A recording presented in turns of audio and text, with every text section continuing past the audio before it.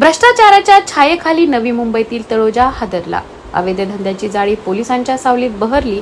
काय पोलीस माफियांच्या तालावर नाचतायत का?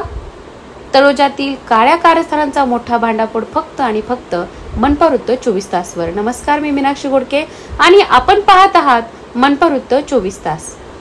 आज आपण उघड करत आहोत तळोजात चालणाऱ्या steel rods, chemical, diesel, petrol, furnace oil आणि काळे ऑइल या चोरीच्या आणि अवैध धंद्याच्या मोठ्या रॅकेटचा।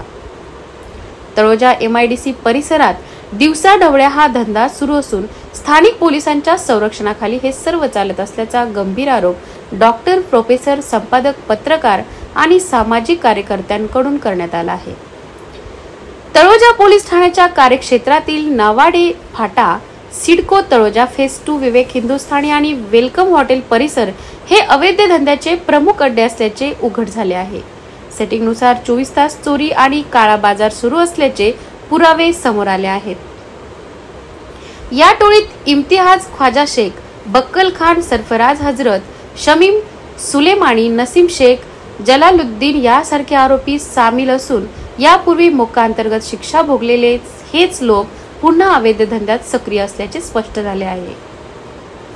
28 जून 2025 रोजी दाखल गुन्हा क्रमांक 0201/2025 मध्ये फक्त 2 अज्ञात व्यक्तीवरच कारवाई केली गेली, तर मुख्य आरोपींना जाणीवपूर्वक वगळण्याचा गंभीर संशय उपस्थित केला आहे। तक्रार करणाऱ्या नागरिकांची माहिती ही टोळीला स्वतः पोलीस पुरवतात असा धक्कादायक तक्रारी समोर आल्या आहेत। हे केवळ गोपनीयता भंग नसून गुन्हेगारांना थेट संरक्षण देण्याचा प्रकार आहे। याशिवाय बनावट चलन, खोट्या GST बिले आणि ट्रेडिंग कंपन्यांच्या नावाखाली कोट्यावधी रुपयांचा सरकारी महसूल लुटला जात असल्याचेही समोर आले आहे।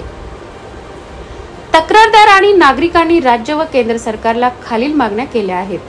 सर्व अवैध धंद्याचे अड्डे कायमचे बंद करावेत। मुख्य आरोपींवर पुन्हा एकदा मोक्का अंतर्गत कठोर कारवाई व्हावी। भ्रष्ट पोलीस अधिकाऱ्यांना तात्काळ निलंबित करून चौकशी व्हावी। तळोजातील या काळ्या कारस्थानांमुळे नागरिकांमध्ये प्रचंड रोष उसळला आहे। पोलीस माफिया यांची ही युती संपवण्यासाठी कठोर कारवाई करणे आजच गरज आहे। मनपा वृत्त 24 तास आपल्याला याच प्रकरणातील प्रत्येक अपडेटसह जोडून ठेवेल। सत्य उघड करत राहू, अन्याय विरोधात आवाज उठवत राहू, कारण हीच आहे लोकशाहीची खरी ताकद।